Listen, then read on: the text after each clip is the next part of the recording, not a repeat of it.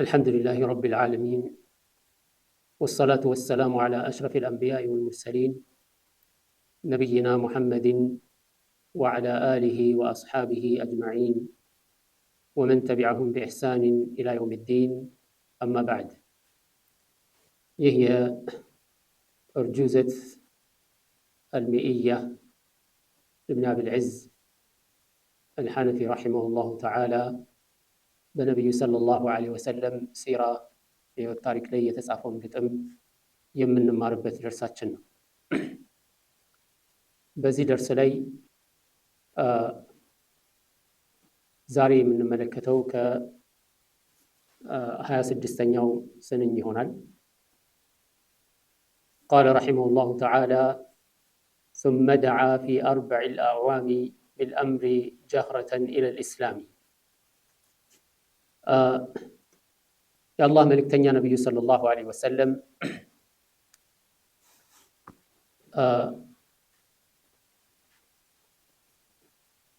ዳዕዋቸውን በጀህር በአደባባይ እንዴት እንደጀመሩ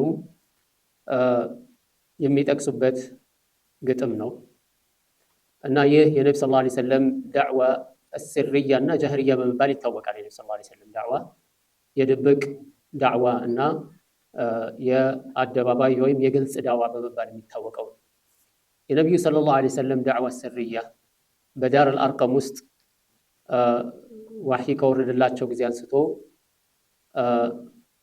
ለ3 ዓመት ወይም ለ4 ዓመት ያህል በድብቅ እዛ እየመጡ እስልምናን የሚቀበሉ ሰዎች እየተቀበሉ ትምህርት እየወሰዱ ከነቢ ሰለላሁ ዐለይሂ ወሰለም በዛ አይነት መልኩ የመካ ሙሽሪኮችን አደጋ ስጋት በጥንቃቄ ለማለፍ ሞክረዋል ማለት ነው። ይሄ የሲር ዳዕዋ ወይም ዳዕዋ ሲርያ የሚባለው በድብቅ እየተደረገ የነበረው ዳዕዋ ሲሆን ሁለተኛው ደግሞ ከአራተኛው ዓመት ጀምሮ ያለውን የዳዕዋ ጀህርያ የሚመለከት ነው ማለት ነው። እና ይህ የዳዕዋ ጀህርያ የጀመረው በ4ኛው ዓመት ላይ እንደሆነ ነው እዚህ ላይ የሚጠቁሙት። ነቢ ሰለላሁ ዐለይሂ ወሰለም ከተላኩ በ4ኛው ዓመት ላይ ነቢ ሰለላሁ ዐለይሂ ወሰለም የአደባባይ ወይም ደግሞ በግልጽ ዳዕዋቸውን መጀመራቸውን ነው የሚጠቁመው። እብኑል ቀይም ረሒመሁላሁ ተዓላ ፊ ዛድል መዓድ ምን ይላሉ? ወአቃመ ሰለላሁ ዐለይሂ ወሰለም በዕደ 3 ሲኒና የድዑ ኢለላሂ ሱብሓነሁ ወተዓላ ሙስተኽፊየን። ነቢዩ ሰለላሁ ዐለይሂ ወሰለም 3 ዓመት ሙሉ በድብቅ ዳዕዋቸውን ካደረጉ በኋላ ወይም በዚህ አይነት መልኩ ከቆዩ በኋላ ثم نزل عليه فاصدع بما تؤمر وأعرض عن المشركين ሱረቱል ሒጅር ላይ ያለው فاصدع بما تؤمر የታዘዝከውን አደባባይ ወይም ግልጽ አውጣው እንደማለት ነው። ወይም አፍርጠው ወይም በግልጽ በአደባባይ አሰማን ነው። فاصدع بما تؤمر وأعرض عن المشركين ከሙሽሪኮች ተገለል። ያኒ ስለነሱ ብዙም ልትጨነቅ አይገባም። ዳዕዋህን በአደባባይ ቀጥል። فأعلن صلى الله عليه وسلم بالدعوة يا الله ملكتኛ ዳዕዋቸውን በግልጽ በአደባባይ ማድረግ ጀመሩ። وجاهر قومه بالعداوة ህዝቦቻቸውን ግልጽ የሆነ ልዩነት እንዳላቸው በአደባባይ የተውሂዱን ዳዕዋ ማድረግ ጀመሩ። واشتد الأذى عليه وعلى المسلمين በእሳቸውና በሙስሊሞች ላይ በጣም ብዙ ስቃይ ደረሰባቸው።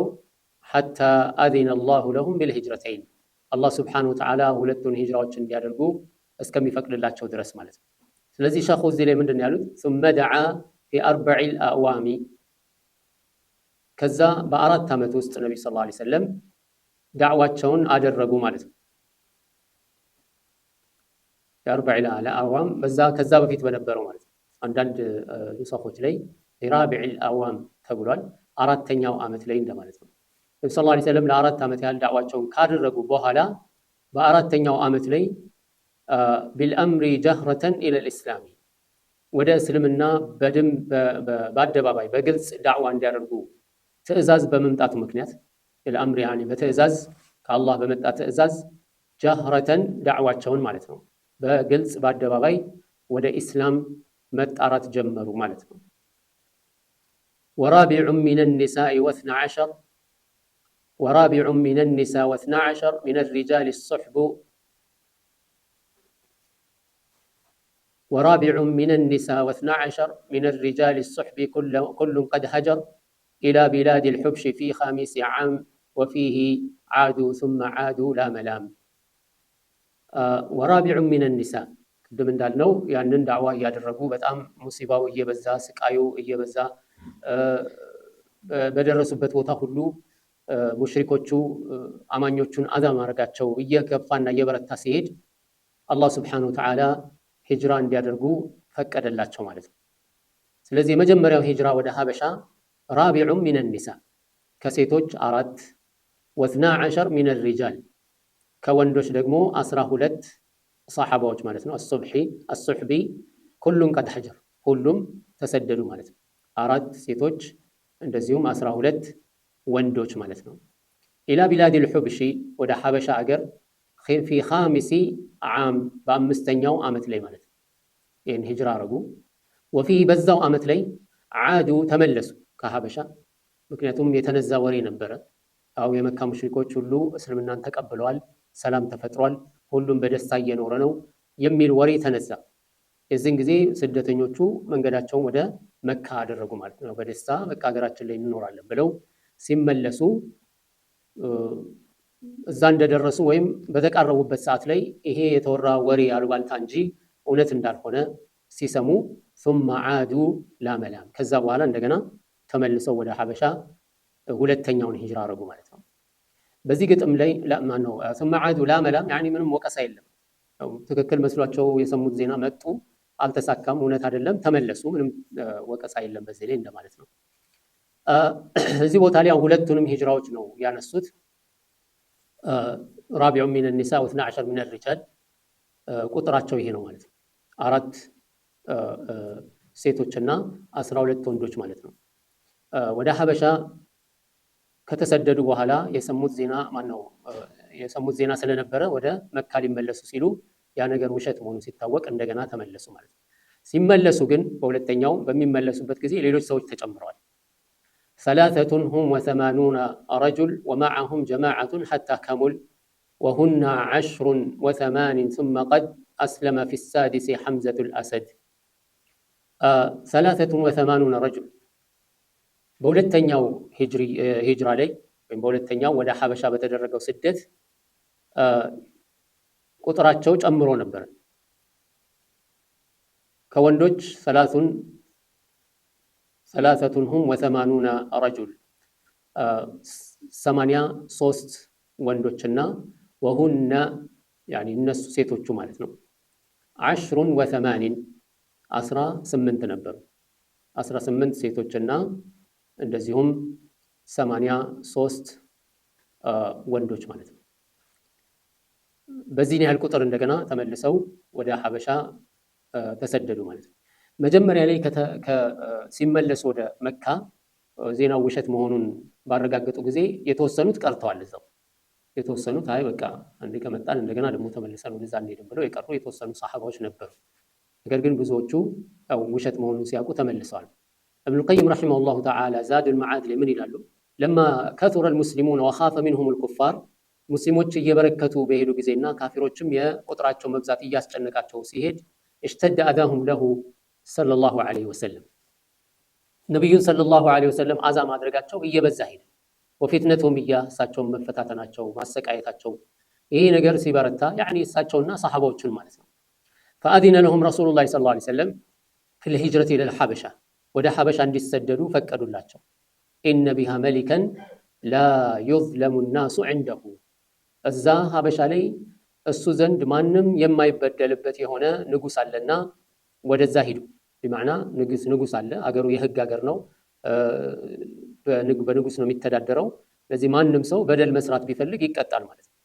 ስለዚህ በስርዓት የሚኖርበትና ዙልም የሚባል ነገር ንጉሱ የማይቀበልበት እሱ ዘንድ ምንም በደል የማይገኝበት የሆነ ንጉስ አለና ተሰደዱ። ይሄ እንግዲህ ነብዩ ሰለላሁ ዐለይሂ ወሰለም ሐበሻ ሄደው አያውቁም። ያው እንግዲህ የአላህ Subhanahu Wa Ta'ala ትእዛዝ ነው፣ የአላህ Subhanahu Wa Ta'ala ፍቃድ ነው ማለት ነው። ይሄ ያው ትልቅ የሆነ መንቀባ ነው ለነጃሺ እና ለሀገሩ ማለት ነው። ኢነ ቢሃ መሊከን ላ ዩዝለሙ الناس عنده እና ሄዱ፣ እዛ ከሄዳችሁ ማንም አይበድላችሁም። ይሄ እንግዲህ ያው ጊዜያዊ መጠለያ ማለት ነው። فهاجر من المسلمين 12 رجلا و4 نسوة 12 ወንዶችና 4 ሴቶች منهم عثمان بن عفان ከነዛ መካከል عثمان بن عفان ነበረ وهو أول من خرج ومعه زوجته رقية بنت رسول الله صلى الله عليه وسلم የነብዩ ሰለላሁ ዐለይሂ ወሰለም ሴት ልጃቸው ሩቀያ የዑስማን ባለቤት ነበረች እሷም አብራው ተሰዳለች እሱ ከነሚስቱ የተሰደደ የመጀመሪያ ሰው ነው ማለት فأقاموا في الحبشة أي في أحسن جوار ሀበሻ ላይ በሰላም ምንም ስቃይ ችግር ሳይደርስባቸው የት ናችሁ ወዴት ናችሁ ሳይባሉ በሰላም ኖረዋል ማለት ነው فبلغهم أن قريشا أسلمت ከዛ ቁረይሾች እስልምናን እንደተቀበሉ ደረሳቸው وكان هذا الخبر كذبا ይሄ ወሬ ውሸት ነበር فرجعوا إلى مكة ወደ መካ ተመለሱ فلما بلغهم أن الأمر أشد مما كان ይሄ ነገር የባሰ እየከፋ እንደሄደ በደረሳቸው ጊዜ رجع منهم من رجع ከነሱ መካከል የተመለሱት ተመለሱ ودخل جماعة فلقوا من قريش عادا شديدا ከነሱ መካከል የተወሰኑት ደግሞ አይ በቃ ከተመለስን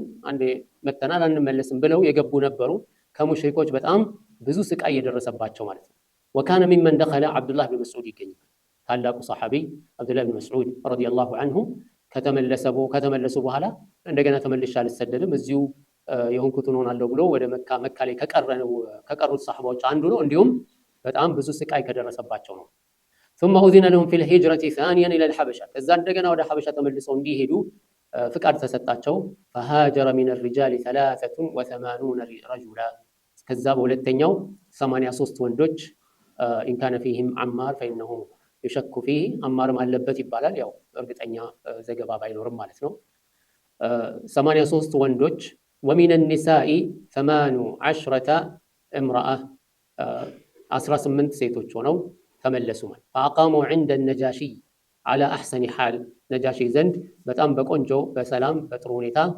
ተቀምጧል فبلغ ذلك قريشا ለቁረይሾች ይሄ ጉዳይ ሲደርሳቸው فأرسلوا عمرو بن العاص وعبد الله بن أبي ربيعة في جماعة ليكيدوهم عند النجاشي ቁረይሾች ይሄ ነገር በደረሳቸው ጊዜ ያው ወደ ነጃሺ በተለያየ ተንኮልና ሴራ አድርገው ለማስመለስ እንዲሞክሩ عمرو بن العاص رضي الله عنه ከዛ በኋላ ያው እስልምናን ከተቀበሉት ነው ማለት فارسلوا عمرو بن العاص وعبد الله بن ابي ربيعه ላኳቸው في جماعة ከተወሰኑ ቡድኖች ጋር አንድ ላይ አድርገው ليكيدوهم عند ነጃሺ ዘንድ መጥተው ስጦታ ይዘው ነው የመጡት ስጦታውን ለቀሳውስቶቹ ሰጥተው ከዛ በኋላ ቀሳውስቶቹም ተቀብለው ያው እምነታችን ሊቀይሩ ነው የመጡት ምናምን እያሉ ይገፋፉ እንደነበረ ተነግሯል ነገር ግን ነጃሺ ዘንድ በሚቀርቡበት ጊዜ ስጦታውን ከመቀበሉ በፊት ያለውን ሁኔታ ማጣራት ስለፈለገ እንዲመጡ አስጠራቸው ሰሐቦቹ መጡ እነ ጃዕፈር ረዲየላሁ ዐንሁ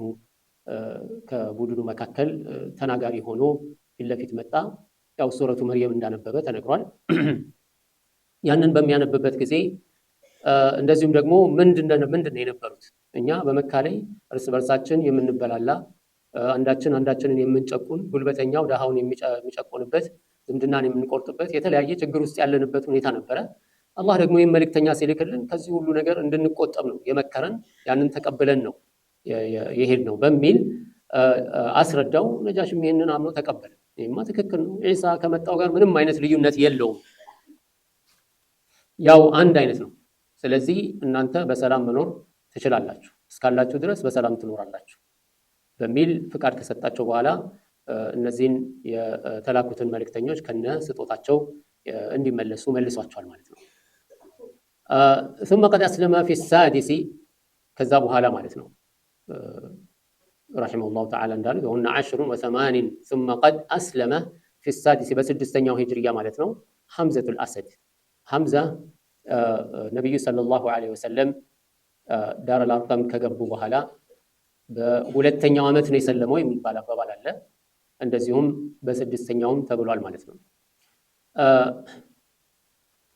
حمزة الأسد عم النبي صلى الله عليه وسلم ይሄ ነብዩ ሰለላሁ ዐለይሂ ወሰለም አጎት ነው حمزة የነብዩ ሰለላሁ ዐለይሂ ወሰለም አጎት ነው አጎት ብቻ ሳይሆን የጡት ወንድማቸው ነው ነብዩ ሰለላሁ ዐለይሂ ወሰለም ሁለቱም አብረው ከነብዩ ሰለላሁ ዐለይሂ ወሰለም ጋር ጡት ጠብተዋል ስለዚህ በጡት ወንድማማቾች ናቸው እሱ ደግሞ አጎታቸው ነው وكان في اسلامه نصرة للدين وعز للمسلمين ይሄ ለዲን ነስር ነው ሐምዛ መስለሙ ያው በጣም ታላላቅ ከሚባሉ ክብር ከሚሰጣቸው ሰዎች አንዱ ስለሆነ እሱ መስለሙ ለእስልምናም ለሙስሊሞችም ትልቅ የሆነ ደስታና ክብር ነበር ማለት። ከዛ በኋላ ደግሞ በቀናቶች ልዩነት ዑመር ኢብኑ ኸጣብ እንደሰለመ ይነገራል። ዑመር ኢብኑ ኸጣብ ሰለመ። ይሄ ደግሞ ሌላ የሙሽሪኮችን አከርካሪ የሚመታ የሆነ ዜና ነበር ማለት ነው። ከዛ ምን አሉ ሸኹ ረሒመሁላሁ ተዓላ ወበዕደ 9 ሚን ሲኒይ ሪሳለቲህ ማተ አቡ ጣሊብ ዙ ከፋለቲህ ወበዕደሁ ኸዲጀቱን ትወፊየት ሚን ባዕድ አያሚን 3 መضት። ከዛ በመቀጠል የነቢ ሰለላሁ ዐለይሂ ወሰለም የዳዕዋ ሂደት 9ኛ ዓመት ላይ ከደረሰ በኋላ ወበዕደ 9 ሚን ሲኒይ ሪሳለቲህ ነቢ ሰለላሁ ዐለይሂ ወሰለም ሪሳላቸውን እያስተላለፉ 9 ዓመት ካለፈ በኋላ ማተ አቡ ጣሊብ የነቢ ሰለላሁ ዐለይሂ ወሰለም አጎት አቡ ጣሊብ ሞተ ማለት ነው። ነቢዩ ሰለላሁ ዐለይሂ ወሰለም ከአላህ በታች በመካ ላይ በነበራቸው ሂደት ሁሉ ስቃዩንም ተሸክሞ እሳቸውንም እየተከላከለ እያበረታቸው እየደገፋቸው በንግግሩም በጉልበቱም በሁሉም ነገር ከእሳቸው ጋር በመሆን ትልቅ ውለታ የዋለላቸው ሰው። ይህ ሰው እስከ 9ኛው ዓመት ድረስ ለነቢዩ ሰለላሁ ዐለይሂ ወሰለም መከታ ሆኖ ቆይቷል ማለት ነው። አላህ ሱብሓነሁ ወተዓላ የሆነ ነገር እንዲፈጠር በሚፈልግበት ጊዜ ያው ነገሮችን እኛ ባልጠበቅነው መልኩ እንዲከሰት ያደርጋል ማለት። እንግዲህ አሁን ይሄ ክስተት ለነቢ ሰለላሁ ዐለይሂ ወሰለም ከባድ ነው በጣም። በአብዛኛው እንዳልነው ከአላህ በታች በመካ ላይ ለሚደርስባቸው ስቃይና መከራ አብሮም እየተሰቃየ እየተከላከለላቸውም ህይወቱን ያሳለፈ ሰው ነው። ከሱ መሞት በኋላ ምን ሊፈጠር እንደሚችል ያው ግልጽ ነው ማለት። እዚህ 9 ዓመት ካለፈ በኋላ ማታ አቡ ጣሊብ ዙ ከፋለቲሂ እሳቸውን ሲንከባከባቸው የነበረው እሳቸውን የመንከባከብ ባለቤት የሆነው አቡ ጣሊብ ሞተ። ያ ሳይንስ እንደገና ወባዕደሁ ኸዲጀቱን ከዛ አስከትሎ እንደገና ኸዲጃ ሞተች። ኸዲጀቱን ትወፊየት ሚን ባዕድ አያሚን 3 መضት ከ3 ቀን በኋላ አቡ ጣሊብ ሞተ። ወዲያው ደግሞ ከ3 ቀን በኋላ እሷ ሞተች ማለት ነው። እንግዲህ እነዚህ ሁለቱ በነቢ ሰለላሁ ዐለይሂ ወሰለም የህይወት ምዕራፍ ውስጥ በጣም ትልቅ የሆነ ቦታ ያላቸው ሰዎች ናቸው። አንደኛው በኩፍር ላይም ቢሆን ያለውን የሌለውን ሁሉ አድርጓል ማለት ነው። ኸዲጃ ረዲየላሁ ዐንሃ በቀደምት ወይም የመጀመሪያ ሙስሊሞች ከሚባሉት ውስጥ ሆና በምክሯ በሐሳቧ እንደዚሁም በጉልበቷ እንደዚሁም በገንዘቧ ሁሉንም ነገር አድርጋለች ማለት ነው። ሙሽሪኮቹም ለነዚህ ሁለቱ ሰዎች ሲባል ራሱ ብዙ ነገሮችን ይጠነቀቁ ነበር።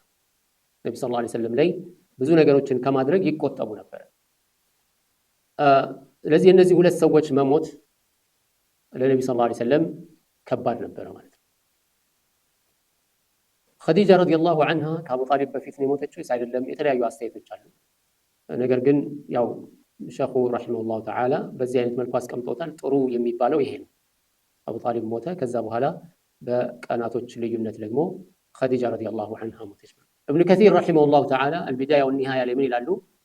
ፈስሉን ፊ ወፋቲ አቢ ጣሊብ ዐሚ ረሱሊላሂ ሰለላሁ ዐለይሂ ወሰለም ነቢ ሰለላሁ ዐለይሂ ወሰለም አጎት የሞተበትን ሁኔታ የሚያነሳ ክፍል ይሉና ثم من بعده خديجة بنت خويلد زوجة رسول الله صلى الله عليه وسلم ورضي الله عنها وقيل بل هي توفيت قبله ከሱ በኋላ ኸዲጃ አንዳንድ አባባሎች ደግሞ ከሱ በፊት ነው የሞተችው የሚል አለ። والمشهور الأول የታወቀው በደንብ የሚታወቀው አቡ ጣሊብ ከሞተ በቀናቶች ልዩነት እሷ መሞቷን ነው። وهذان المشفقان እነዚህ ሁለት ለነብዩ ሰለላሁ ዐለይሂ ወሰለም እጅግ የሚራሩ የሆኑ هذا في الظاهر ይሄኛው በላይ ላዩን ማለት ነው በአካላቱ አቡ ጣሊብ ማለት ነው። وهذه في الباطن እቺ ደግሞ ከውስጧ ኸዲጃ ረዲየላሁ ዐንሃ አማኝ በመሆኗ ምክንያት ባለቤታቸው በመሆኗ ምክንያት የልጆቻቸው እናት በመሆኗ ምክንያት ከውስጧ ነው ለነብዩ ሰለላሁ ዐለይሂ ወሰለም እንክብካቤ ስታደርግ የነበረው ነው። وهذا كافر وهذه مؤمنة صديقة رضي الله عنها وأرضاها ይሄኛው ካዲ ነው።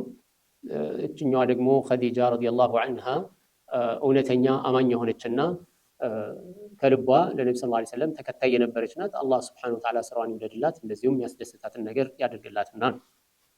እብኑ እስሐቅ ምን ይላሉ? ثم إن خديجة وأبا طالب هلكا في عام واحد ኸዲጃና አባ ጣሊብ በአንድ ዓመት ውስጥ ነው የሞቱት። فتتابعت على رسول الله صلى الله عليه وسلم المصائب بهلك خديجة ነቢዩ ሰለላሁ ዐለይሂ ወሰለም ላይ ሙሲባዎች፣ አደጋዎች ወይም ስቃይ ተከታተለባቸው ማለት ነው ኸዲጃ ከሞተች በኋላ። ወካነት ለሁ ወዚራ ሲድቅን ዐለ ልብትላእ የስኩኑ ኢለይሃ ነቢ ሰለላሁ ዐለይሂ ወሰለም በፈተና ጊዜ በመከራ በጭንቅ ጊዜ የሚረጋጉት የሚታገሱት በሷ ነበር። ትልቅ የሆነች የነቢ ሰለላሁ ዐለይሂ ወሰለም ድጋፍ ነበረች። ወቢሁልኪ ዐሚሂ አቢ ጣሊብ ወካነ ለሁ ዐዱደን ወሒርዘን ፊ አምሪሂ እንዲሁም አቡ ጣሊብ በመሞቱ እሱም እንደዚሁ ለሳቸው ትልቅ ጠንካራ ክንድ የነበረና ጠባቂያቸው ተንከባካቢያቸው የነበረ ነው። ወመንዐተን ወናሲረን ዐላ ቀውሚሂ ወዛሊከ ቀብለ ሙሃጀሪሂ ኢለል መዲና ቢሰላሲ ሲኒን ነቢ ሰለላሁ ዐለይሂ ወሰለም ወደ መዲና ከመሰደዳቸው 3 ዓመት በፊት ማለት ነው። فلما هلك أبو طالب نالت قريش من رسول الله صلى الله عليه وسلم من الأذى ما لم تكن تطمع به في حياة أبي طالب በአቢ ጣሊብ ህይወት ላይ በህይወት እያለ ያላሰቡትን ያልገመቱትን ወይም እናገኘዋለን ያላሉትን እድል ሁሉ ተጠቅመው ነብዩን ሰለላሁ ዐለይሂ ወሰለም በዛ ጊዜ ያላደረሱትን ሁሉ አደጋ አድርሰዋል ማለት ነው። እዚህ ላይ እንግዲህ በተመሳሳይ ዓመት ላይ ኸዲጃና አቡ ጣሊብ በተመሳሳይ ዓመት ላይ እንደሞቱ ምንም ጥርጥር የለም። የታወቀ ነው። ማንኛው ነው ቀድሞ የሞተው? የታሪክ ጸሐፊዎች አስተያየት የተለያየ ነው። እንደዚሁም ልዩነቱ በምን ያህል ቀን ነው የሚለው ጠንካራውና ቀድም እንዳልነው ትክክለኛው ግን ይሄ ነው ማለት ነው። ነብዩ ሰለላሁ ዐለይሂ ወሰለም አቡ ጣሊብ ከሞተባቸው በኋላ በ3 ቀን ውስጥ እንደገና ኸዲጃ ረዲየላሁ ዐንሃ የሞተችው ማለት ነው። وبعد 50 وربع أسلم ጅኑ ነሲበይኒ ወዓዱ ፈዕለማ እንግዲህ አሁን ያው አላህ ሱብሓነሁ ወተዓላ ለሰው ልጆች ላይ የሰው ልጆች ላይ ሙሲባ የሚያደርሰው ሁል ጊዜ ለቅጣት አይደለም። ሰዎች በብዙ ነገር ይፈተናሉ። በገንዘብ የሚፈተኑ ሰዎች አሉ፣ ገንዘባቸው ይወድምባቸዋል። አላህ ሱብሓነሁ ወተዓላ እንዳለው ወለነብሉወነኩም ቢሸይኢን ሚነል ኸውፊ ወልጁዕ ወነቅስ ሚነል አምዋሊ ወልአንፉሲ ወሰመራት ወበሽር ሳቢሪን። ስለዚህ ሰዎች ላይ የሚደርሰው ሙሲባ ምንድነው? ያኒ እብትላእ ነው። እንደዚሁም ቅጣትም ሊሆን ይችላል። ባጠፉት ጥፋት የሚቀጡበት ሊሆን ይችላል። ነገር ግን ሙሲባ ሁል ጊዜ ምን አይደለም? ቅጣት አይደለም። አላህ ሱብሓነሁ ወተዓላ አንዳንድ ጊዜ እኛ የበለጠ ወደሱ ተضرع እንድናደርግ በሚፈልግበት ጊዜ በሙሲባዎች ይነካናል ማለት ወለውላ አን ቱሲበሁም ሙሲበቱን ተضرعوا አላህ ሱብሓነሁ ወተዓላ በቁርአን ላይ እንደሚለው ለምንድን ነው ሙሲባ በሚደርስባቸው ጊዜ ለምንድን ነው ተضرع የማያደርጉት የማይተናነሱት? ወላኪን ቀሰት ቁሉቡ ነገር ግን ብዙዎቹም እንደሚሆኑት ሙሲባ ሲደርስባቸው ልባቸው ይደርቅና የባሰ ከአላህ ይርቃሉ። ስለዚህ ሙሲባ ሰው ሲደርስበት ምንድነው መሆን ያለበት? አላህ ሱብሓነሁ ወተዓላ ለኸይር ከሆነ ይሄን ነገር ያደረገው ያኒ ሰብር እንደሚያደርግ፣ ይሄ ነገር ፈተና ከሆነ እብትላ ከሆነ ደግሞ ያ አላህ አንሳልኝ የሚለውን ዱዓ ማድረግ ነው ያለበት። ልክ እንደዚሁ እኛም በሰዎች ላይ የምናየው ሙሲባ ካለ የአላህ መልክተኛ ነብዩ ሰለላሁ ዐለይሂ ወሰለም ያስተማሩን ነገር ምንድነው? አንድ ሰው በመራ ሙብተለን በላ ሙሲባ በላ የደረሰበትን ሰው በምታይበት ጊዜ ምንድነው ያሉት ነብዩ ሰለላሁ ዐለይሂ ወሰለም? ያኒ ዱዓ እንድናደርግ ነው ያስተማሩ። ምን የሚል? አልሐምዱሊላሂ الذي عافاني مما ابتلاك به وفضلني على كثير ممن خلق تفضيلا። አልሐምዱሊላህ አላህ ምስጋና ይገባው አንተን የፈተነበትን ነገር እኔን ስለጠበቀኝ አላህ ምስጋና ይገባው። ከብዙዎቹ ከፈጠራቸው ሰዎች ሁሉ የተሻለ ስላደረገኝ አላህ ምስጋና ይገባው ማለት ነው ያለበት። አንድ ሰው የፈለገ ቢሆን በሰው ላይ በሚደርሰው ሙሲባ የመጀመሪያ ማድረግ ያለበት ሰውየው ይሄንን። ከዛ ከቻለ ደግሞ ለወንድሙ ለእህቱ ዱዓ ማድረግ፣ አላህ ያስተካክልለት፣ አላህ ያንሳለት ሙሲባውን ብሎ ዱዓ ማድረግ ነው የሚያስፈልገው። እና እንግዲህ እንደምናየው ነብዩ ሰለላሁ ዐለይሂ ወሰለም ይሄ ሙሲባ በሳቸው ላይ መድረሱ ትልቅ በጣም ከባድ፣ ሙሽሪኮችም ትልቅ አጋጣሚ ነው ለነሱ። ከመሆኑም ጋር አላህ የፈለገው ነገር አለ። አላህ የፈለገው ነብዩ ሰለላሁ ዐለይሂ ወሰለም ለመቅጣት ፈልጎ እንዳልሆነ ግልጽ፣ አላህ ነብዩ ሰለላሁ ዐለይሂ ወሰለም ሊፈትናቸው ፈልጎ እንዳልሆነ ግልጽ ነው። ስለዚህ ይሄ ሙሲባ ምንድነው? እሱ በውስጡ በጣም ብዙ ኸይር ነገሮች አሉ። ስለዚህ የሰው ልጅ የሚደርስበት ህመም ሊሆን ይችላል፣ ስቃይ ሊሆን ይችላል። በገንዘብ ይፈተናል፣ ሰው በልጆቹ ይፈተናል፣ በሚስቱ ይፈተናል፣ በተለያየ ነገር ይፈተናል። ሰው ልጅ በህይወቱ እስካለ ድረስ ማለት ነው ፈተና። ስለዚህ ያንን ፈተና በሰብር ማለፍ በዱዓ ማለፍ ነው የሚያስፈልገው። ለሰው ልጅ የሚያስፈልገው ይሄ ዱዓ ማድረግ፣ ተضرع ማድረግ። ይሄን አላህ ሱብሓነሁ ወተዓላ እኛ የዘነጋነው ነገር ይኖራል። በዱንያ ቢዚ ሆነን ወይ ደግሞ አላህ በሰጠን ነገር ደስተኞች ሆነን በቃ ምንም የማይቀየርብን መስሎን በምንዝናናበት ወይም ችላ በምንልበት ጊዜ አላህ ሱብሓነሁ ወተዓላ ሊያስታውሰን የተለያዩ ነገሮች ይደርሱብናል። ስለዚህ ነብዩ ሰለላሁ ዐለይሂ ወሰለም ይሄ ሙሲባ በሳቸው ላይ መድረሱ ትልቅ ነው። አንደኛ አጅራቸውንም ከፍ ያደርገዋል። አላህ ሱብሓነሁ ወተዓላ በሌላው አያት ላይ እንዳለው ወሊዩመሕሰ አለዚነ አመኑ ወየምሐቀ አልካፊሪን አማኞችን ሊያጠራበት ነው። በበድር ባለው በኡሑድ ጦርነት ላይ ብዙ ሙሲባዎች ደረሱ ሙስሊሞች ላይ። ምንድን ያለው አላህ ይሄ የደረሰው ሙሲባ ምንድነው? ሙእሚኖችን ሊያጠራበት ነው። ከወንጀላቸው ይጠሩበታል፣ ከጥፋታቸው ና። ስለዚህ ሙሲባ ሁሉ ጊዜ አንድ አይነት ይዘት የለውም ማለት ነው። የተለያዩ መልእክቶች አሉ። አንድን ሰው እንደገና ከአንድ እርከን ወደ ሌላ እርከን የማሸጋገር ነው። የሰው ልጅ ይታመማል። ለምሳሌ ታሞ በጤንነቱ ጊዜ ላይ ሰርቶ ኸይር ነገር አድርጎ ሊደርስበት የማይችልባቸው ደረጃዎች አላህ ያዘጋጀለታል። ግን ሰርቶ እዛ መድረስ አይችልም። አላህ ምን ያደርገዋል? የተለያዩ ሙሲባዎች እንዲነካው፣ እንዲታመም፣ እንዲቸገር ያደርገዋል። ምናልባትም ታሞ ተሰቃይቶ ከዛ በኋላ ይሞታል። ይሄ ሰው ይህንን ህመም እንዲያገኝ ያደረገው አላህ ሱብሓነሁ ወተዓላ ለምንድን ነው? ሲሞት አላህ ያዘጋጀለት ትልቅ ደረጃ አለ። በሚሰግደው ሰላት፣ የሚጾመው ጾም፣ የሚሰራቸው ኸይር ስራዎች እዛ አያደርሱትም። ስለዚህ እነዚህ ህመሞች ምን ይሆናሉ? ወንጀሉን እያራገፉ እያጠሩት ንጹህ እያደረጉት ደረጃውን ከፍ እያደረጉ ይሁን ልክ የሚድረስ ያለበት ደረጃ ላይ ሲደርስ አላህ እንዲሞት ያደርገዋል ማለት ነው። ስለዚህ ትልቁና ጥንቃቄ ማድረግ ያለብን ምንድነው? እሱ አለማማረር። ከሚደርስብን ሙሲባ ማማረር አያስፈልግም። ለምን እኔ ብቻ እንደው አላህ ሱብሓነሁ ወተዓላ እንደው እኔ ብቻ ነው እያለ ማማረር የለበትም። ሁለተኛ ራሱን መፈተሽ ነው ያለበት። ይሄ ሙሲባ የደረሰው ከምንድን ነው? ቁል ሁወ ሚን ዒንዲ አንፉሲኩም ከነፍሳችሁ ራሳችሁ በራሳችሁ ስራ ያመጣችሁት ነው ነው። እዚህ ይሄን ያጎደልኩት ነገር ካለ ብሎ ማየት ፈትሾ፣ ጥፋት ከሌለ እንደዚሁም እንትን ካለ ነው የአላህ መልእክተኛ ነው ሰለላሁ ዐለይሂ ወሰለም መጣበታል። ምንድነው ያሉት? ወደ ጣኢፍ ሄደው ዱዓ አድርገው ወደ ዳዕዋ አድርገው ተቀጥቅጠው ተደብድበው ደም በደም ሆነው ሲመለሱ ምን ያሉት ነብዩ ሰለላሁ ዐለይሂ ወሰለም? ኢለም የኩን ቢካ ገደቡን ዐለየ ፈላ ኡባሊ ያንተ ቁጣ ከሌለበት ግድ የለኝም፣ እነሱ የሚያደርሱብኝ ነገር ምንም አያስጨንቀኝም፣ ያንተ ቁጣ ካለበት ነው እንጂ።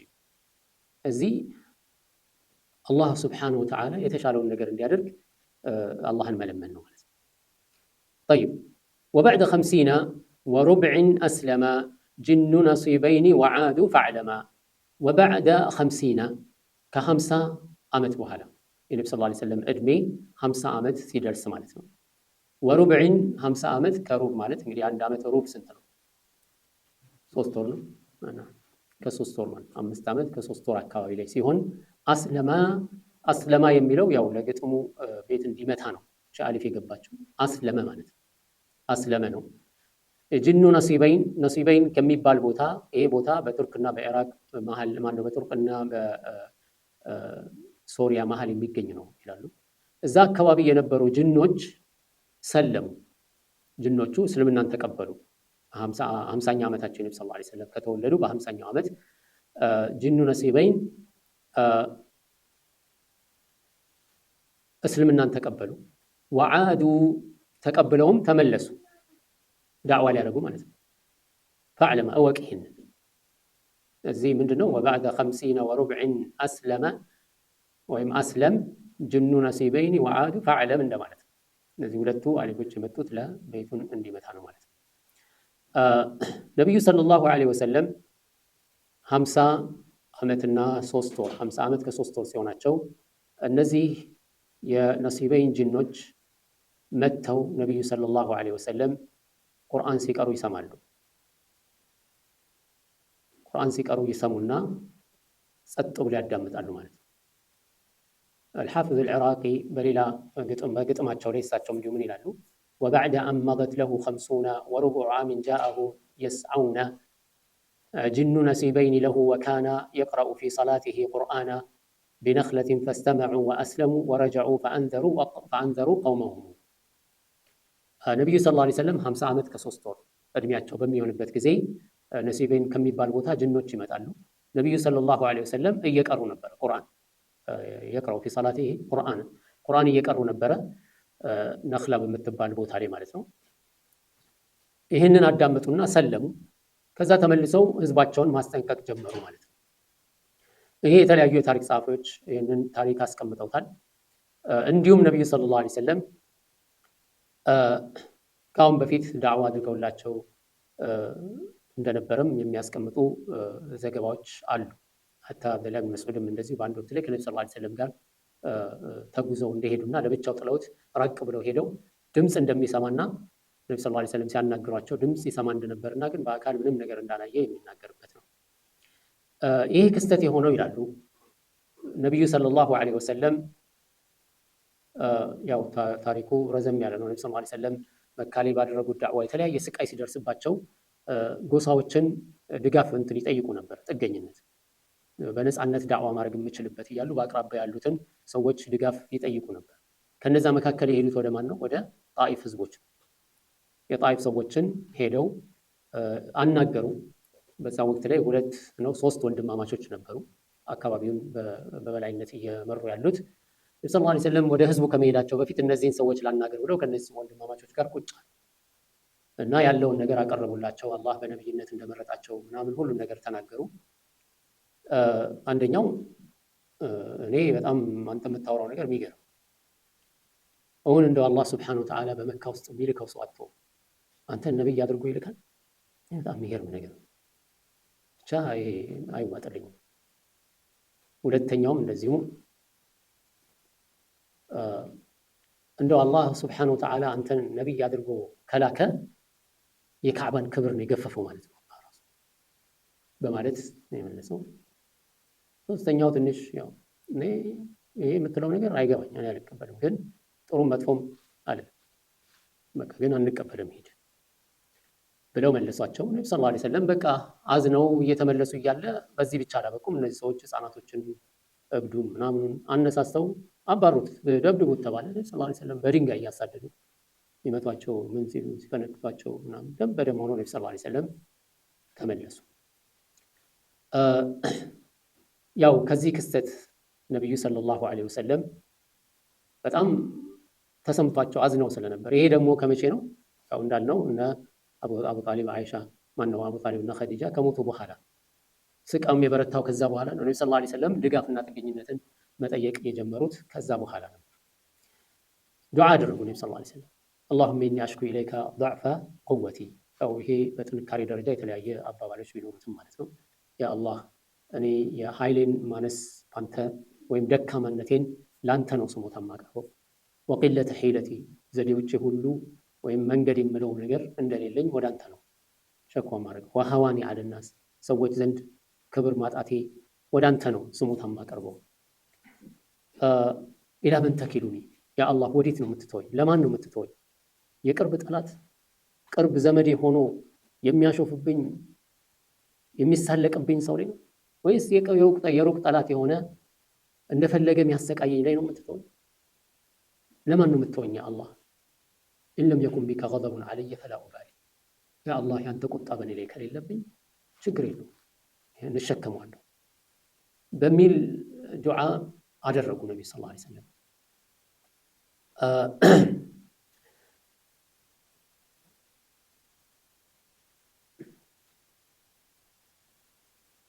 አለይሂ ሰላቱ ወሰላም ከዛ በኋላ ነው እነዚህ ነብዩ ሰለላሁ ዐለይሂ ወሰለም ከዛ ከተመለሱ በኋላ ያኒ ቁርአን እየቀሩ ሰላት እየሰገዱ እነዚህ ጅኖች ይመጣሉ ማለት ነው። አላህም በቁርአኑ ላይ ይሄንን ሱረት አልአሕቃፍ ላይ ያስቀምጦታል። ወኢዝ ሰረፍና ኢለይከ ነፈረን ሚነል ጂኒ የስተሚዑነ አልቁርአን ባለፈው እንዳነሳ ነው የተወሰኑ የጅን ጭፍሮችን ወደ አንተ ቁርአን እንዲሰሙ በላክናቸው ጊዜ እንዲመጡ ባረግናቸው ጊዜ የስተሚዑነ አልቁርአን ፈለማ ሐደሩሁ ቃሉ አንሲቱ ልክ ሲቀርቡ ምን አሉ? ዝም በሉ አሉና ጸጥ ብለው ማዳመጥ ጀመሩ። ፈለማ ቁድየ የተቀርቶ ቁርአኑ በሚያልቅበት ጊዜ ወለው ኢላ ቀውሚሂም ሙንዚሪን ህዝቦቻቸውን ለማስጠንቀቅ ተመለሱ ማለት ያ ቀውመና ቃሉ ኢና ሰሚዕና ኪታበን ኡንዚለ ሚን ባዕድ ሙሳ ሙሰድቀን ሊማ በይነ የደይሂ የህዲ ኢለል ሐቅ ወኢላ ጠሪቂን ሙስተቂም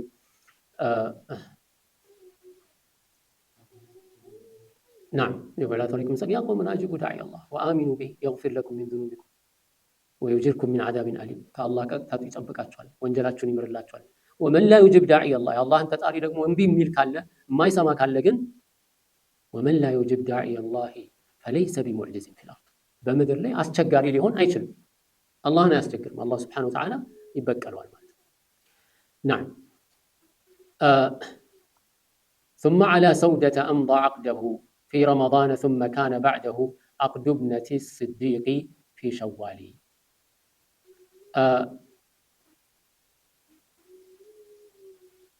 ከዛ በኋላ ወደ የአላህ መልእክተኛ ነብዩ ሰለላሁ ዐለይሂ ወሰለም على سودة أمضى عقده سودة بنت زمعة የነብዩ ሰለላሁ ዐለይሂ ወሰለም ከኸዲጃ በኋላ ለነብዩ ሰለላሁ ዐለይሂ ወሰለም የመጀመሪያ ሚስታቸው ሆናለች ማለት ነው። ከኸዲጃ በኋላ የነብዩ ሰለላሁ ዐለይሂ ወሰለም ባለቤት ኸዲጃ እያለች ማንንም አላገቡም፣ ከሷ ጋር ብቻ ነበሩ።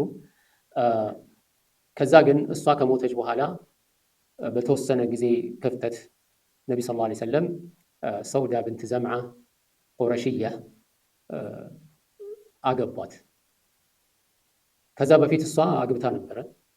ሰክራን ብን ዐምር የሚባል ረዲየላሁ ዐንሁ አግብታ ነበረ። እንዲያውም እሱና እሷ በሂጅራ ተሳትፈው ነበረ። ሂጅራ ወጥተው ነበር ወደ ሐበሻ ማለት ነው። ከዛ ሲመለሱ ከተመለሱ በኋላ ባሏ ይሞተው ማለት ነው። መካ ላይ ባሏ ሞተ። ከዛ ያው በእንደዚህ አይነት ሁኔታ ነበር ያለችው። የአላህ መልእክተኛ ነብዩ ሰለላሁ ዐለይሂ ወሰለም አብዛኛው የትዳራቸው ታሪክ እንደዚህ ነው። ያገቧቸው ሴቶች በእስልምና ውስጥ በጣም ስቃይን ያሳለፉ እና በብቸኝነት ወይም ባሎቻቸው የሞቱባቸው እንደነዚህና የመሳሰሉ ምናልባትም ከዛ ካለፈ ደግሞ የጎሳውን ኸይር በመፈለግና ወደ እስልምና እንዲመጣ ከማሰብ አንጻር ከዛ ጋር የሚዛመዱባቸው እንደነዚህ አይነት ናቸው ማለት ነው።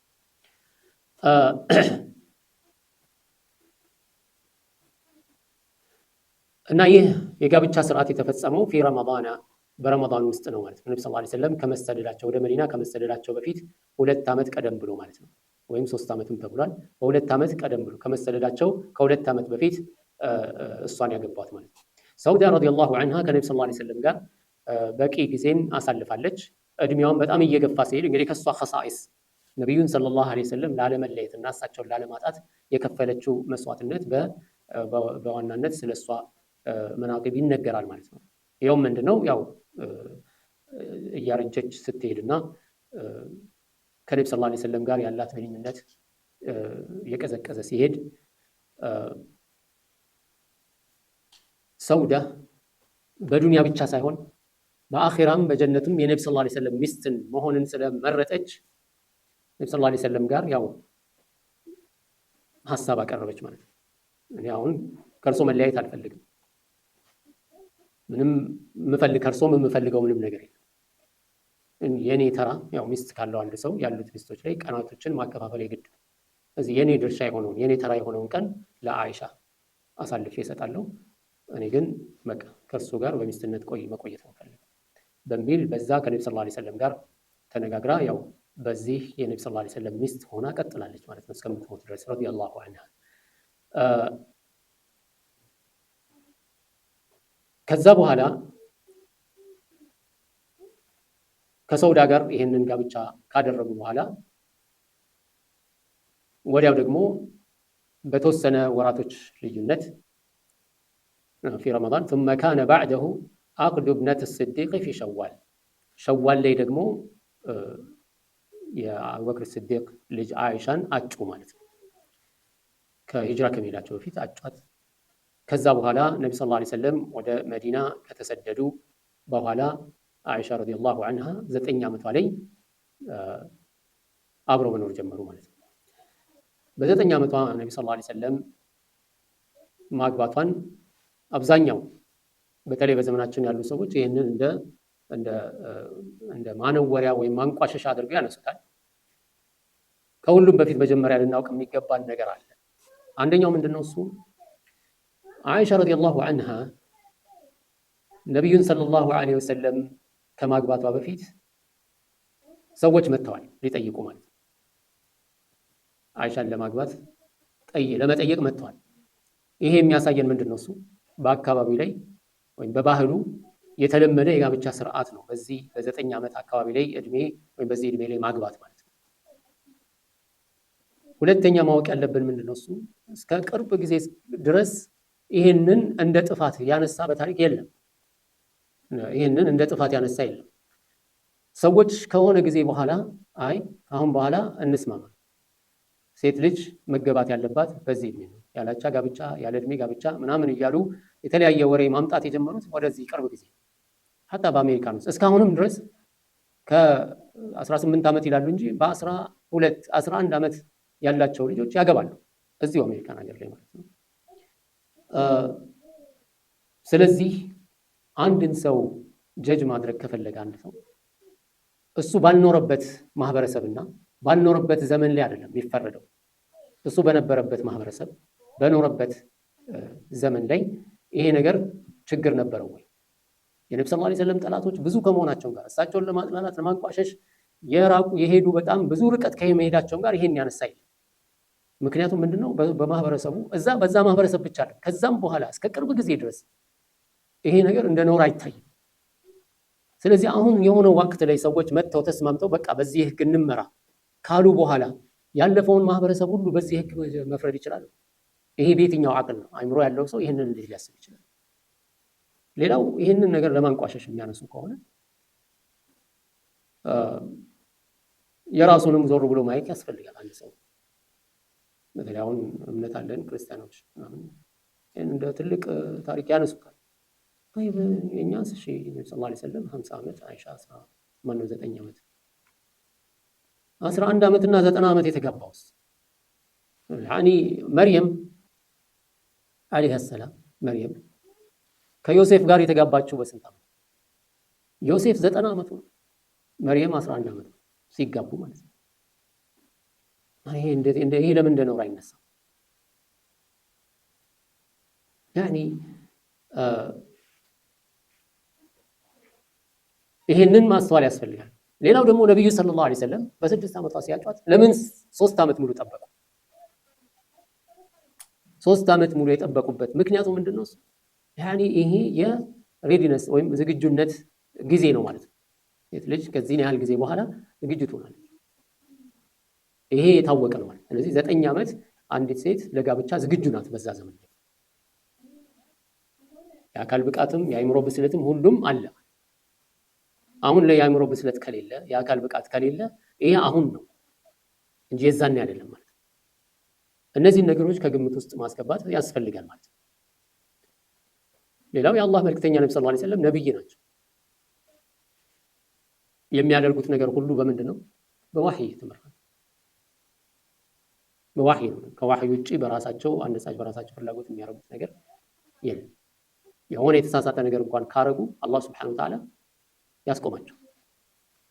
ያኒ በዳዕዋ ሂደት ላይ ነብዩ ሰለላሁ ዐለይሂ ወሰለም አይነ ስውሩን ሰሐቢ ፊታቸውን ስላጨፈገጉበት አለ እንደ ቁርአን የወረደው አበሰ ወተወላ አን ጃአሁ ልአዕማ ወማ ዩድሪከ ለዐለሁ የዘካ ወየዘከሩ ፈተንፈዐሁ ዚክራ አማ መን ስተግና ፈአንተ ለሁ ተሰዳ።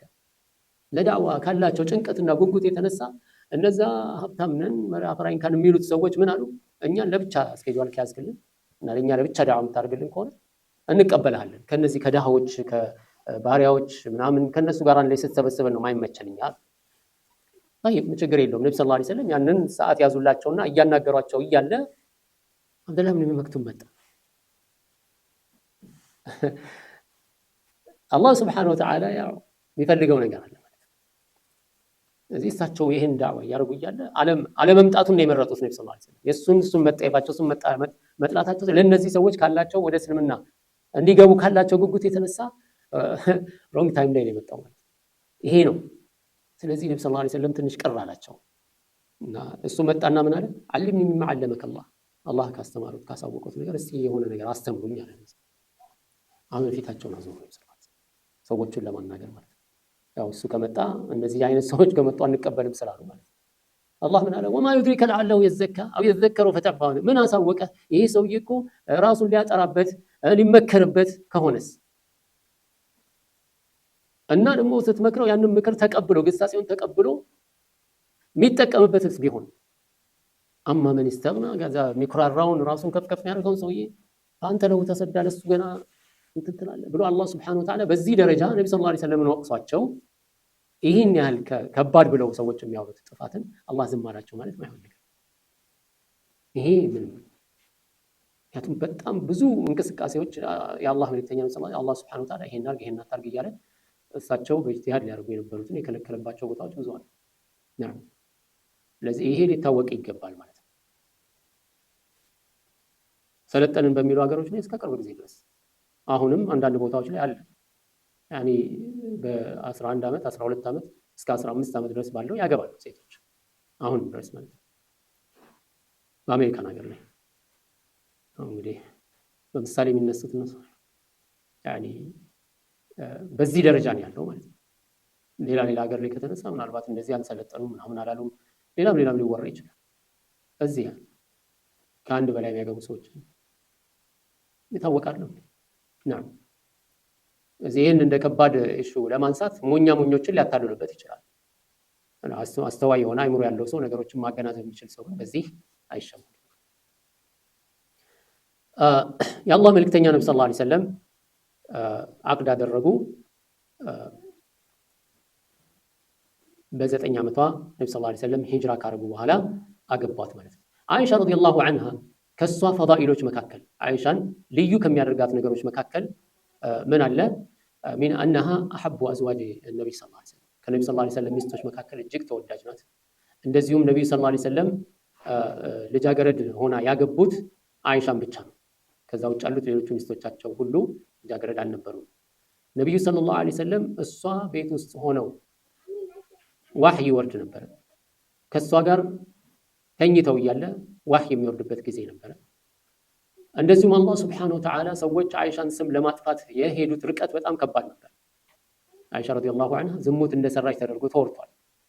ይህን የተወራውን ወሬ አላህ ዋህይ አውርዶ በቁርአን ነው እስካሁንም ድረስ ይነበባል፣ ከቂያማም ድረስ ይነበባል። ሱረቱ አን-ኑር ላይ ንጽህናዋን የተወራባት ነገር ውሸት መሆኑን የሚያረጋግጥ ዋህይ ቁርአን አውርዶ እንዲነበብ ያደረገው አይሻ ረዲየላሁ ዐንሃ። በዛም እንደገና አይሻ ምን አፍቃህ ኒሳ አልሙስሊሚን ከሙስሊሞች ሁሉ በጠቅላላ ከኡማው ሙስሊሞች ከኡማው በጠቅላላ በእውቀት ከሴቶቹ የላቀች ናት።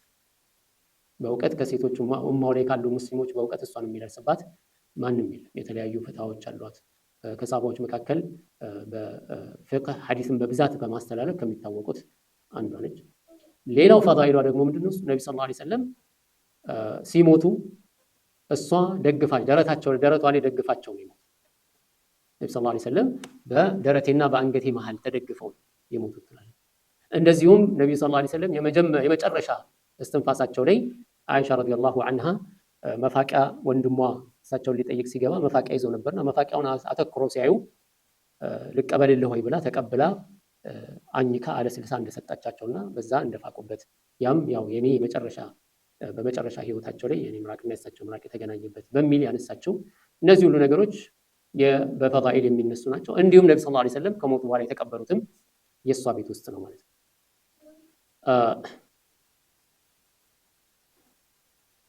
ኢንሻአላህ ኢስራእና ሚዕራጅን ከዚህ ላይ እናነሳለን። የዛሬውን ደርሳችን እዚህ ላይ እናቆማለን። وبعد 50 عام تالي أسري به والصلوات فرضت 5 ب50 كما قد حفظت የሚለውን ከዛ በኋላ እናያለን ኢንሻአላህ። هذا وصلى الله وسلم على نبينا محمد وعلى آله وصحبه أجمعين.